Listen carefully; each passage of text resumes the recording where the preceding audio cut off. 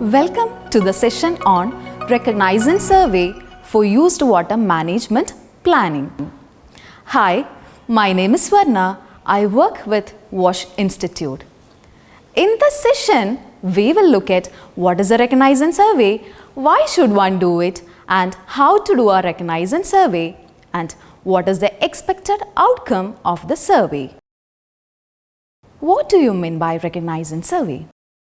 It's a rapid field visit done to verify and supplement the already collected secondary data.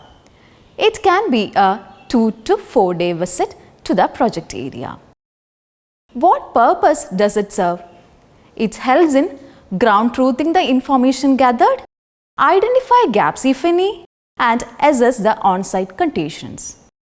Now, let us look at an example of how reconnaissance visits improve our understanding of secondary data. For instance, secondary data might tell us that many households depend on septic tanks. On field inspections, it was found that these so-called septic tanks did not have any outlet and act like a pit leaching to the ground. Therefore, these systems have to be classified as single pits. In the Reconnaissance Survey, we carry out 4 activities. First one is to meet key stakeholders. Second, to carry out a transect walk. Third is to visit existing used water management infrastructure. And fourth, to interact with WASH service providers. Let us look at one by one the process of each activity. In most cases, urban local body is responsible for used water management in the town. Therefore, visit to the urban local bodies and key informant interviews with officials such as executive officers, engineers, town planners and sanitary inspectors helps us in collecting documents and information as per the checklist and to fill the gaps identified in the secondary data, update the list of stakeholders and to establish a nodal point of contact. The next activity is to carry out a transect walk, where one can do a rapid assessment of the sanitation situation, including mapping the drain endpoints and water bodies. One can also randomly survey for few households to understand the typology of containment systems. Observations can be made on existing practices such as how septic tanks are emptied and where the fecal sludge is currently disposed. It is important to look at different household typology such as low income settlements, high income groups, commercials and institutional setups prevalent in the town for creating a representative sample plan for the primary survey. The next activity is to visit all the used water management infrastructures like sewage pumping station, sewage treatment plants, fecal sludge treatment plants and interception and diversion systems to collect information through semi-structured interviews and observation based on the prepared checklist. Lastly, it's important to conduct primary interview or focused group discussion using appropriate questionnaires with service providers like masons and desludging operators to understand the ongoing practices. One can download all the checklist and questionnaires from the link provided in the description.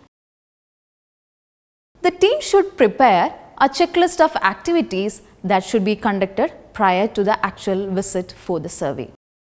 For example, it's recommended to fix prior appointments with all the key stakeholders of the town and seek necessary approvals to visit facilities such as sewage treatment plants or fecal sludge treatment plants. Availability of all key stakeholders is very important during the visit. The team should have all the data collection instruments like checklist and questionnaires in place prior to the visit. The team should comprise of members with a fair understanding of used water management and government institutions. Another important point is to ensure that the team comprises of persons who understand the local language. As part of preparation for the reconnaissance visit, Please make a checklist of gaps identified in the data from the secondary data table. Reconnaissance survey visit, if planned well, can be completed in 3 days. For example, on day 1, the team can conduct key informant interview with stakeholder, collect reports, detailed project reports, etc. and they can also conduct random house surveys. On day 2, the team can visit public toilets to understand the typology of containment system, visit water body if there are any, and identify open land parcels where solutions can be implemented. On day 3, the team can move around the town and identify the drain end points, conduct preliminary interview with service providers like desludging operators, masons, and summarize all the findings to the key stakeholders at urban local body. At the end of the Reconnaissance survey, one can expect to have a nodal point of contact appointed and working relationship established with key stakeholders. To have a complete list of stakeholders and secondary data. The visit should be able to fill the gaps identified during secondary data review. To have identified and mapped drain end points and assess all sanitation infrastructure. To have verified the secondary data and understand the existing used water management practices. So, in summary, a Reconnaissance survey is essential for getting hold of a comprehensive secondary data set to connect the data to the ground reality. One should also get updated information on ongoing projects and practices. It also helps in identifying gaps to be filled through the primary data collection. Finally, a Recon survey helps building working relationship with stakeholders for continued collaboration. You can access the checklist and questionnaires for Reconnaissance visit from the link provided in the description. Thank you for going through this session.